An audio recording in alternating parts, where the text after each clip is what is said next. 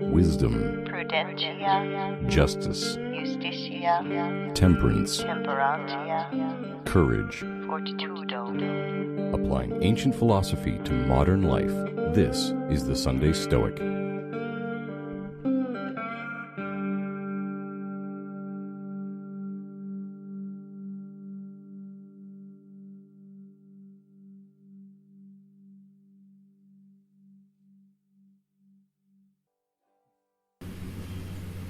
Hey everybody, welcome to the Sunday Stoic Podcast. I'm your host, Steve. This is a podcast where we explore the application of ancient philosophy to modern life. Today, this episode, kind of just a different kind of a thing. Different episode than normal. I'm getting in my truck to drive to work here. I thought I would record and drive. Why? Because life with a 5-year-old job and all that. It's difficult sometimes to find the quiet time to record. So I'm in my truck. I'm going to go ahead and turn down my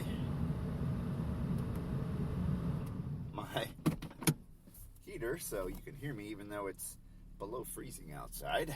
But that's okay. We're practicing stoicism here. All right, so backing out of my driveway, you'll be with me today on my drive to work. If you don't know, I teach biology at a university here in Arkansas, and I live a little bit out of town. So I don't have great internet, which is why I don't do as many interviews as a lot of other Stoic podcasters, perhaps. But it is what it is. But I do them from time to time. So I'm driving down my gravel driveway and about to turn onto a road. I see the neighbor's horses across the street grazing. The ditch has water in it because of recent rains. And this winter day is very sunny, blue skies with some high clouds up above. But a very beautiful day. Chilly though.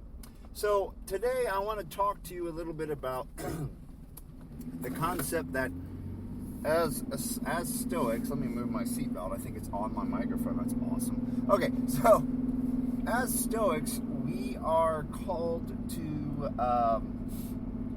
be mindful. That's a word from Buddhism, but to be aware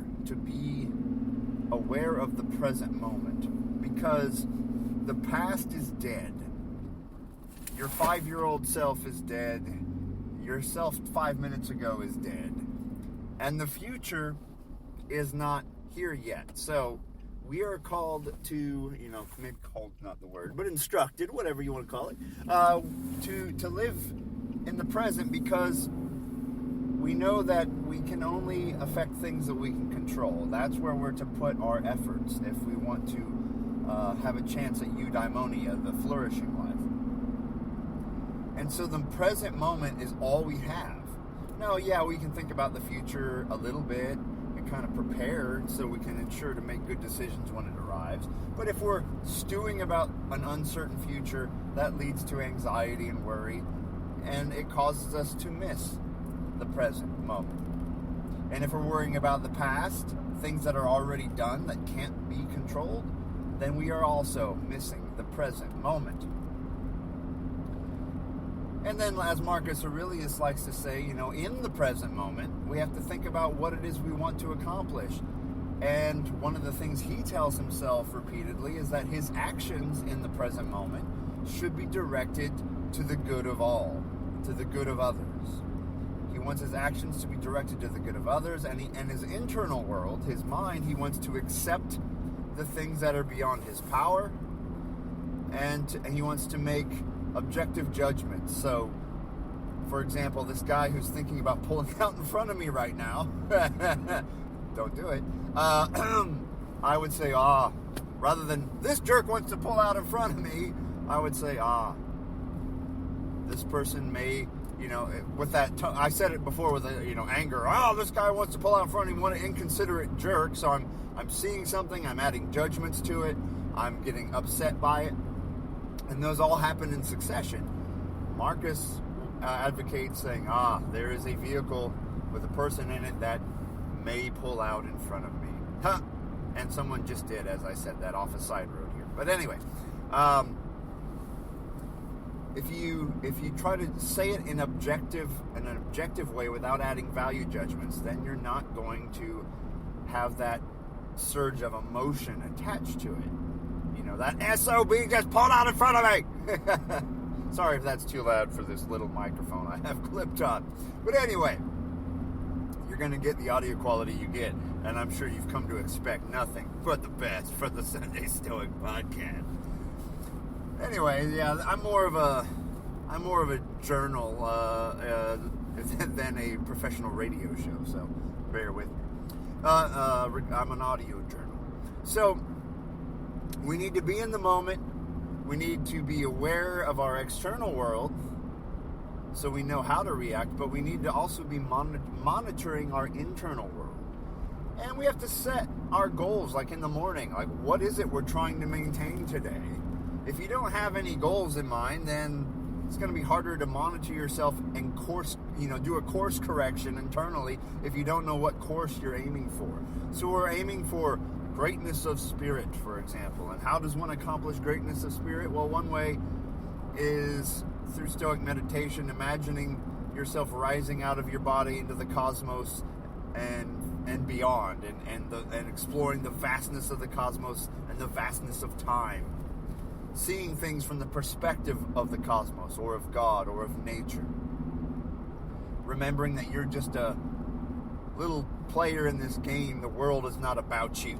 The world's not about you. You are just a piece of a very complex universe, full of cause and effect. Okay? Greatness of soul. So we can aim for that. We can aim for tranquility by working on objective judgments, describing things as they are, as objectively as possible. Sometimes we can do that by breaking things down.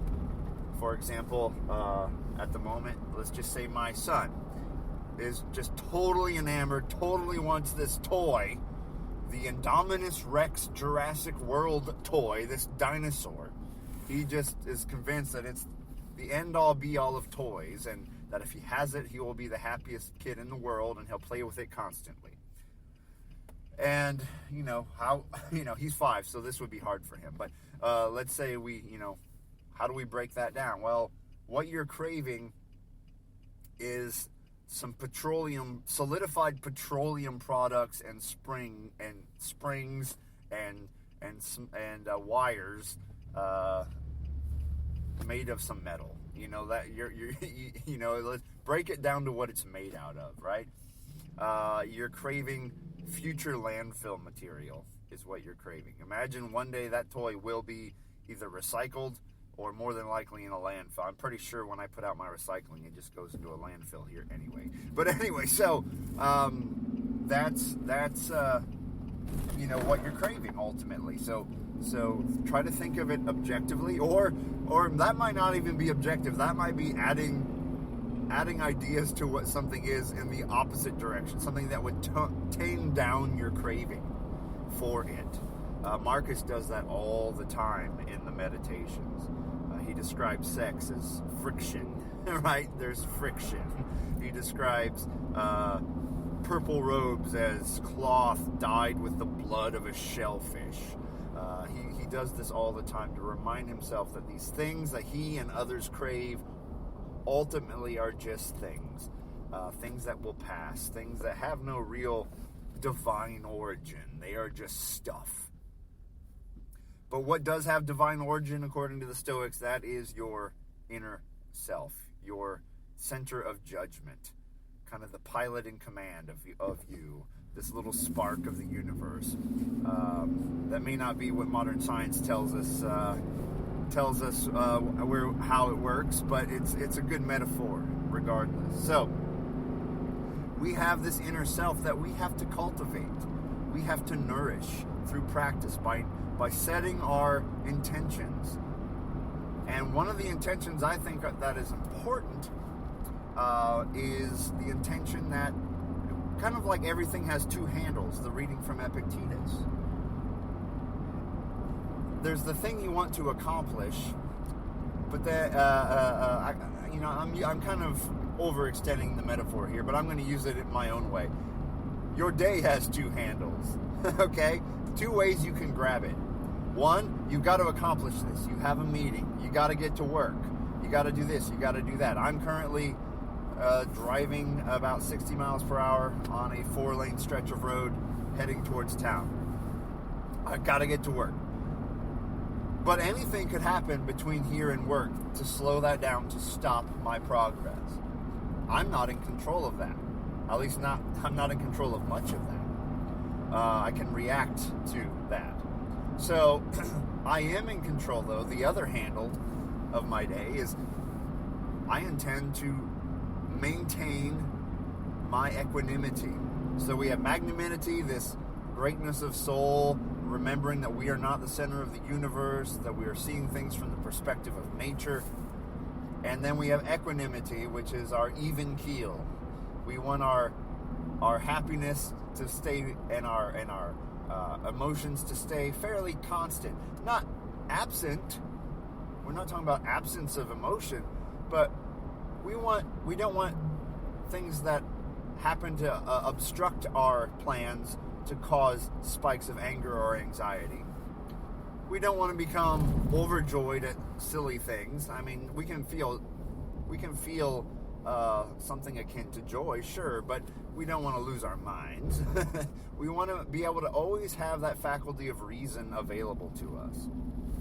So we want our emotions to serve our faculty of reasons rather than hijacking the faculty of reason. That's kind of the idea here. Oh, now we're getting into some traffic. I'm passing into the town of Conway, Arkansas. Traffic in front of me, giant Walmart approaching me on the left, Burger King, and other very exciting fine dining establishments as well. A dump truck that I just passed, you might have heard it.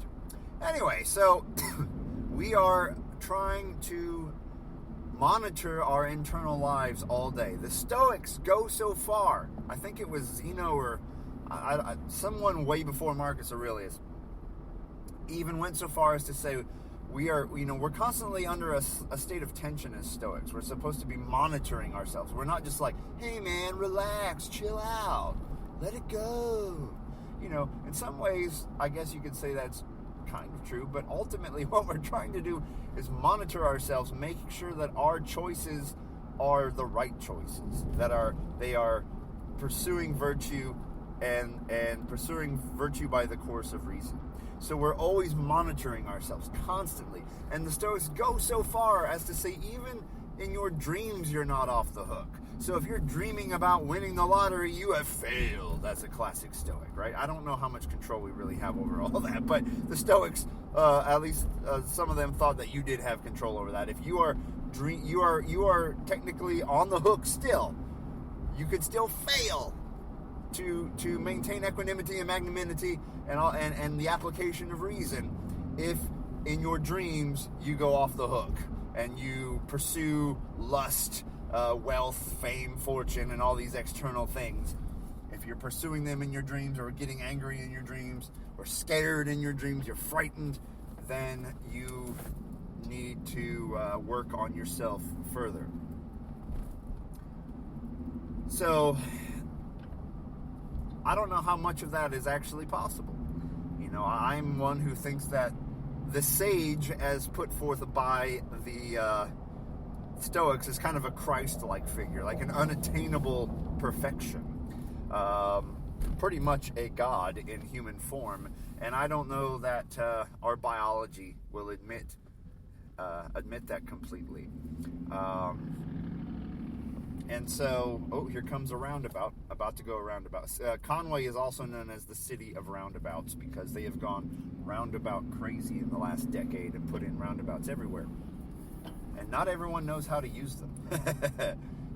But that, I'll try to do an objective judgment. Roundabouts are a complex, a complex traffic control device, which takes skill to navigate, and not all yet possess the skill. It is my job to help others learn how to navigate a roundabout, not to chastise them for their lack of current knowledge. There you go. That was my attempt to channel Marcus Aurelius. So even in our dreams, we're supposed to be monitoring ourselves.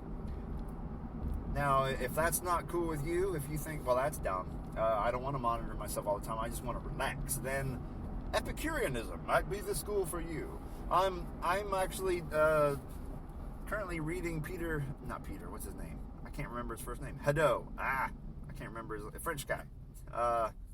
Anyway, Hadot's book on philosophy as a way of life, which has been an interesting read. It's a bit academic, and sometimes I don't understand his references to other philosophers and things because I am not a classically trained philosopher, right? But there's lots of good stuff in there. I'm reading this book because I need to write a report on it, because I decided to deepen my knowledge of Stoicism by studying physics and logic, as well as ethics. We usually focus on ethics. I wanted to focus on learning kind of the whole package, and I thought maybe the best way to try that out was dabbling in the College of Stoic Philosophers. I don't know for sure. I might complete the entire program. We'll see how it goes and how much time I have. I don't want to do a half-assed job at it, so I'm trying my best. It's hard to keep up with everything, but it is doable for a working adult. So right now I'm reading that book by Hadot, and I am also working on a book by A.A. Long, and I can't remember the other gentleman's name, on Hellenistic philosophy. It's a lot of translations of very ancient Stoic texts, a lot of the ones from like fragments of Zeno and Chrysippus and all those folks, and commentaries on the Stoics by other schools. But it also includes chapters on other schools. So I have to read that and write a report on it.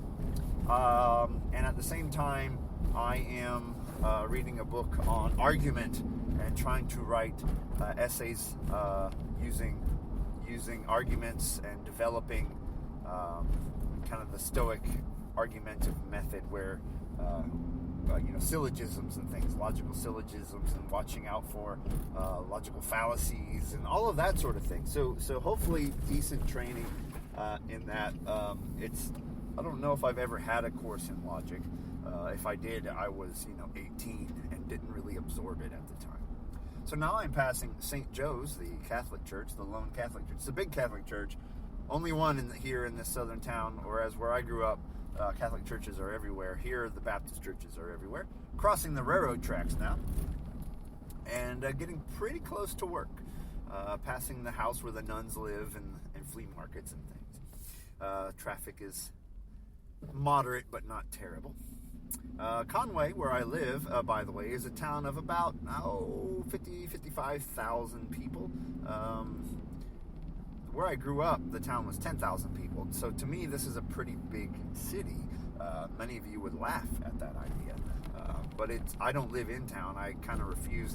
Maybe when I retire, I'll move to town so I don't have to mow and maintain a large acreage. But here, I like to see deer, animals. I have a pond I like to look at. I enjoy being in the country. I don't enjoy neighbors so much. Maybe that makes me a bad Stoic. Maybe I'm more Epicurean than I want to admit. I have my own little garden, right? But I do come into town for work and groceries and things. So anyway, it's hard to talk and keep your train of thought while also driving, so forgive me. But that is the idea that, what I'm emphasizing today is the idea that we need to be monitoring ourselves. We need to be aware. So we need to constantly be aware of our attitudes, of our passions before they ignite, like the pre-passions. Like, when I start doing this, I know I'm about to get mad, or I'm about to get anxious, I'm about to go down this rabbit hole. Once you step off a cliff, you fall. You can't stop it. And I think the same is true for a lot of the passions. I think Seneca said something like this. So if, I am prone to going down frickin' rabbit holes of anxiety where I just stew and turn my wheels. But if once I'm in the middle of it, it is almost impossible to stop it. But if you can catch it, like before you fall off that cliff, if you can catch yourself and step back onto the ledge before you fall off, if you can catch that anxiety at its earliest stage, you can stop it. If you catch your anger and you remind yourself of practices of Stoic mantras like I'm here to work together with these people, like the upper and lower rows of teeth, bear and forebear, things like that, then you can go, okay, I'm in control again. I'm in control. My passions are not in control. I'm about to turn onto campus, in front of the hospital here, onto campus, and now I'm approaching the parking lot. So now you know how long it takes me to commute to work in the old Nissan pick-em-up truck. I'm about to pull into the faculty parking lot. So anyway, bear in mind to keep an eye on yourself. Don't worry about others. When I say that, I mean don't worry about what they're thinking and if they're acting good or they're acting bad. That's irrelevant. How are you acting? How are you thinking? How are you perceiving? How are you judging? Get into the nitty-gritty of how your brain works. Figure out how you work. Only you can write the manual of how you work and then edit the bugs out of the system. All right, pulling into a parking spot and parking. So, this has been Steve with the Sunday Stoic Podcast. Thanks for listening to this rambly podcast. I hope you have a great work week. I'll see you likely on Sunday.